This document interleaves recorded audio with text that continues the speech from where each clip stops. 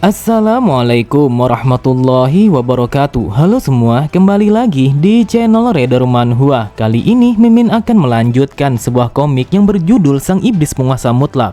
Dan apabila kalian masih bingung dengan alur ceritanya, kalian bisa cek deskripsi atau langsung saja menuju playlist yang ada di halaman channel ini untuk memulainya dari part 1. Tanpa basa-basi lebih jauh, mari kita masuk di part 25. Cerita dimulai. Terlihat di pagi itu, semua orang yang ada di sana sedang melakukan aktivitas mereka masing-masing sama seperti yang biasa mereka lakukan pada setiap harinya. Kemudian, tepat di belakang Sorin, terlihat seorang wanita yang merupakan ibunya Jeok telah berduduk santai di atas sebuah tikar.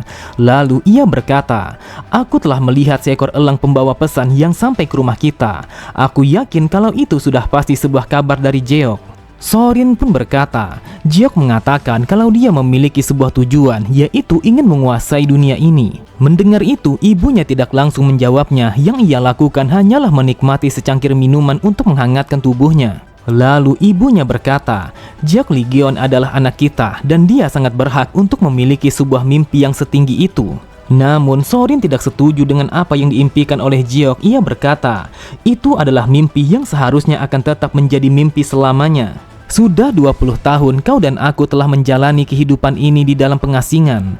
Bahkan kita juga telah menjalani hidup ini sambil berdagang buah-buahan untuk mengisi kekosongan waktu kita pada pinggiran kota. Setelah mengatakan itu, ia pun langsung memalingkan pandangannya kepada istrinya.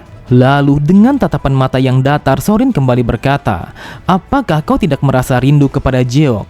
Jika kau ingin bertemu dengan dia, maka kita akan pergi sekarang juga untuk menuju dataran tengah. Cerita berpindah pada kediaman Jeok. Di bawah derasnya hujan, Muyong pun melaporkan kepada Jeok kalau dia telah mendapatkan beberapa informasi aneh. Muyong berkata, "Wahai tuan muda, seperti yang kau perintahkan, kami pun telah berhasil mengumpulkan informasi transaksi para pedagang pasar gelap.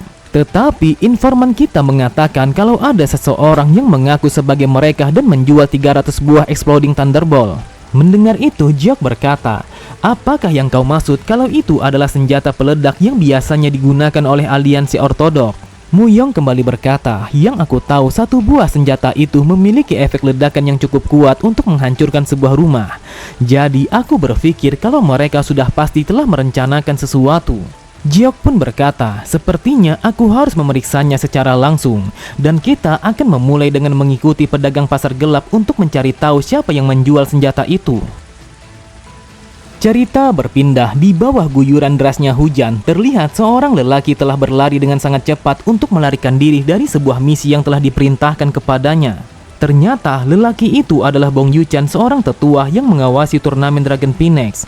Dengan wajah yang begitu panik, Bong Yuchan bergumam, saat ini aku sama sekali tidak memiliki jalan kembali dan aku sudah menjual semua peledak itu ke pasar gelap. Selama ini ketika aku menjadi seorang tetua pada keluarga aliansi Langit Utara, aku pun telah menjalani dua kehidupan dengan sempurna sebagai agen rahasia dari asosiasi. Akan tetapi sebuah rencana yang aku susun dengan matang pada turnamen Dragon Phoenix telah gagal, maka situasinya langsung berubah begitu saja. Para bajingan asosiasi telah melimpahkan semua masalahnya kepadaku karena para peserta mampu mengalahkan sang iblis dan juga menghancurkan semua senjata mekanis yang kami pasang di pulau itu.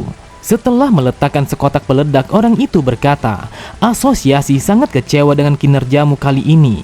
Akan tetapi kami akan memberikan satu kali kesempatan kepadamu untuk menebus kesalahanmu. Jadi ledakan peledak ini ketika dimulainya turnamen Heavenly Dragon. Sontak Bong Yuchan sangatlah terkejut. Ia sama sekali tidak menyangka kalau dia akan dipaksa untuk meledakkan semua senjata itu. Ia menyadari kalau itu adalah sesuatu yang sangat mustahil untuk dilakukan, terlebih lagi pada turnamen Heavenly Dragon. Setelah mengingat pertemuannya dengan utusan asosiasi, Bong Yuchan bergumam. Dia mengatakan kalau aku akan mati apabila aku gagal melakukannya. Bagaimana mungkin aku bisa melakukan misi ini ketika ada begitu banyak para master bela diri yang berkumpul pada turnamen itu? Selain itu juga, sang penasihat Banwi telah dicurigai oleh Aula Hukum Pidana setelah terjadinya kekacauan pada turnamen Dragon Phoenix. Entah itu aku ketahuan kalau aku telah mengkhianati aliansi Langit Utara ataupun aku gagal untuk melakukan misi ini, maka tetap saja kalau itu akan membunuhku. Akan tetapi tiba-tiba saja Bong Yuchan sangatlah terkejut ketika seseorang bertopeng hitam langsung menebaskan bilah pedangnya untuk menghentikan pelariannya. Melihat tubuhnya yang terluka cukup parah, Bong Yuchan bergumam, apakah asosiasi telah mengetahui rencanaku kalau aku telah menjual peledak itu di pasar gelap dan pergi melarikan diri? Kemudian orang itu berkata, bukan hanya mengacaukan rencana kami pada turnamen Dragon Phoenix, akan tetapi kau juga sangat berani mengkhianati asosiasi kami. Apakah kau berpikir kalau kami sedang bermain-main dengan sebuah ancaman yang kami berikan kepadamu? Setelah mengatakan itu, tanpa pikir panjang sedikit pun, orang itu langsung menebaskan bilah pedangnya untuk membunuh Bong Yuchan dengan cara memotong kepalanya. Terlihat Bong Yuchan hanya bisa menutup kedua matanya karena dia sudah pasrah dengan kematiannya. Namun Bong Yuchan begitu heran saat melihat orang itu yang sama sekali tidak bergerak bagaikan sebuah patung. Di saat itu Bong Yuchan bertanya-tanya apa yang terjadi kepadanya. Terlihat orang itu begitu panik karena ia sama sekali tidak bisa menggerakkan tubuhnya lagi. Ia bergumam, apakah mungkin ada orang lain yang mengikuti pergerakanku?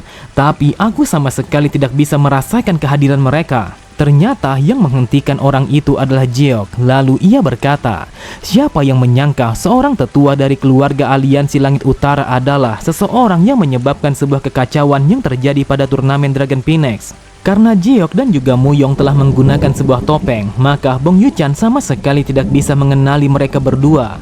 Lalu ia pun bertanya siapa sebenarnya mereka berdua.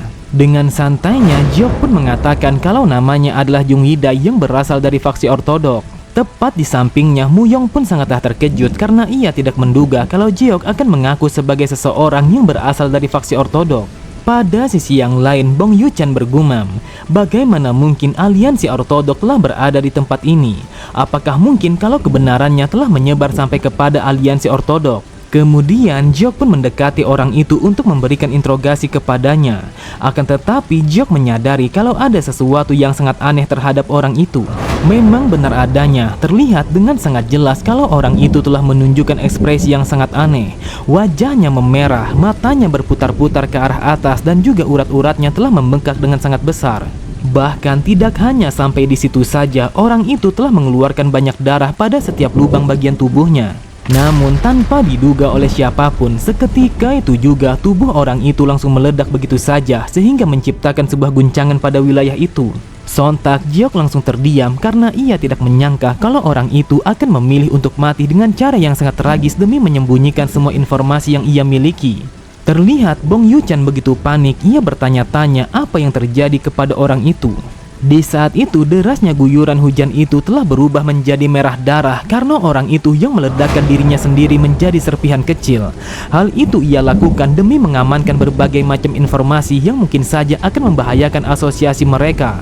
Melihat kejadian itu, Muyong berkata, tampaknya bajingan ini telah mempelajari seni penghancur diri ketika dia sedang tertangkap ataupun dalam situasi yang membahayakan. Kemudian Jeok pun melemparkan pandangannya kepada Bong Yuchan. Ia berkata, apakah kau tahu tempat seperti apa asosiasi Flying Swallowtail?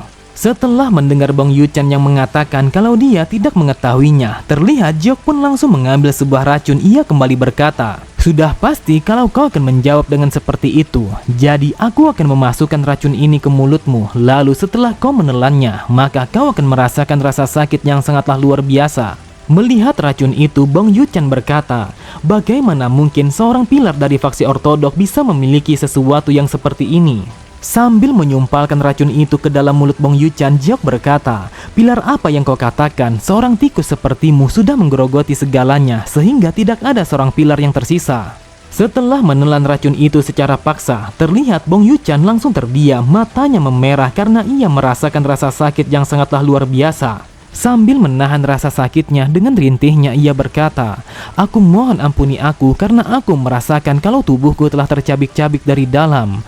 Aku mohon berikan aku penawarnya dan aku akan mengatakan segalanya yang aku tahu. Mendengar rintihannya, Jeok pun melemparkan sebuah penawar kepadanya sembari berkata, jika memang kau berniat untuk mengatakannya, seharusnya kau mengatakannya sejak dari awal. Tetapi dengarkan aku baik-baik, kau harus memakan penawar ini setiap 1 bulan 1 kali.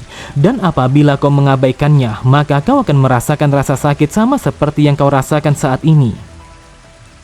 Beberapa saat kemudian, setelah mendengar semua informasi yang diberikan oleh Bong Yuchan, Jeok berkata, aku akan merangkum kata-katamu. 12 tahun yang lalu mereka telah mendatangimu dan memintamu untuk bergabung bersama mereka. Kemudian berkat bantuan mereka kau pun telah menjadi seorang tetua pada Aliansi Langit Utara. Dan setelah itu mereka pun memberikan sebuah misi yang wajib kau kerjakan dengan sempurna. Bong Yuchen berkata, apa yang kau katakan memanglah benar. Namun selama 12 tahun ini aku hanya mengenal 2 orang saja yang bertugas untuk menyampaikan misi kepadaku. Mendengar itu Jiok berkata, jadi mereka adalah organisasi rahasia yang anggotanya tidak mengenali satu sama lain. Dan ini adalah sebuah organisasi yang sangat sulit untuk dilacak.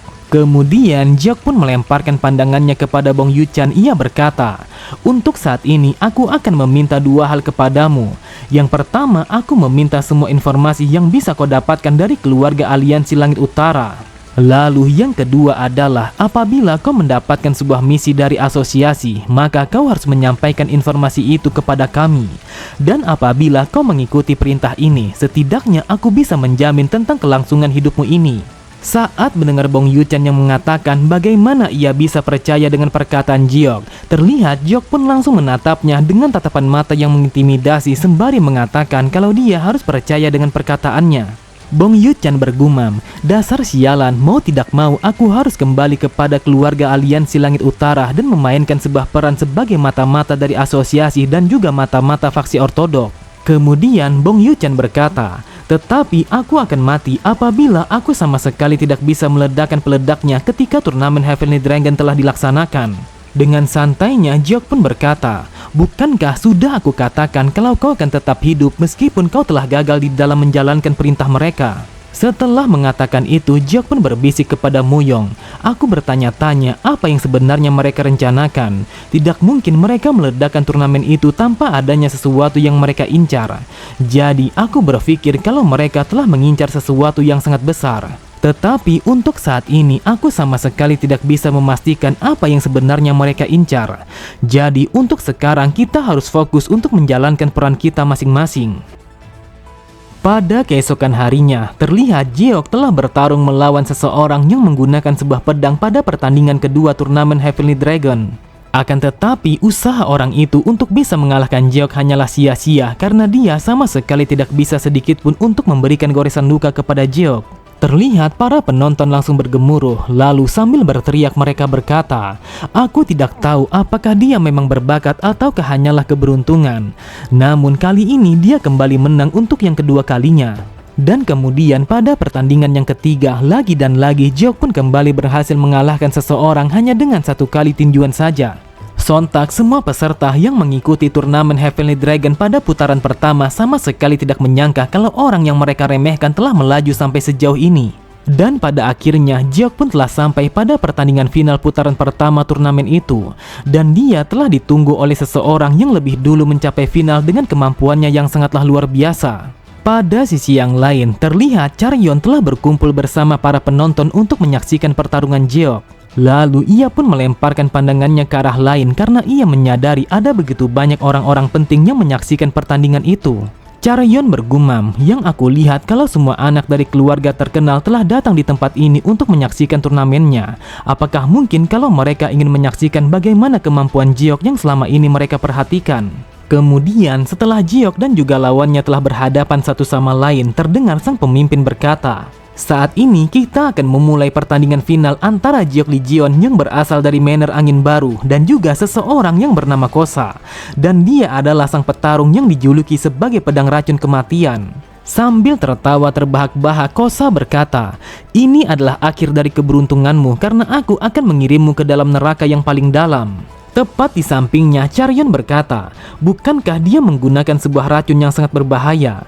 Jadi akan lebih baik kau tidak usah berpura-pura menjadi lemah dan lawanlah orang itu dengan segala kemampuanmu yang sebenarnya.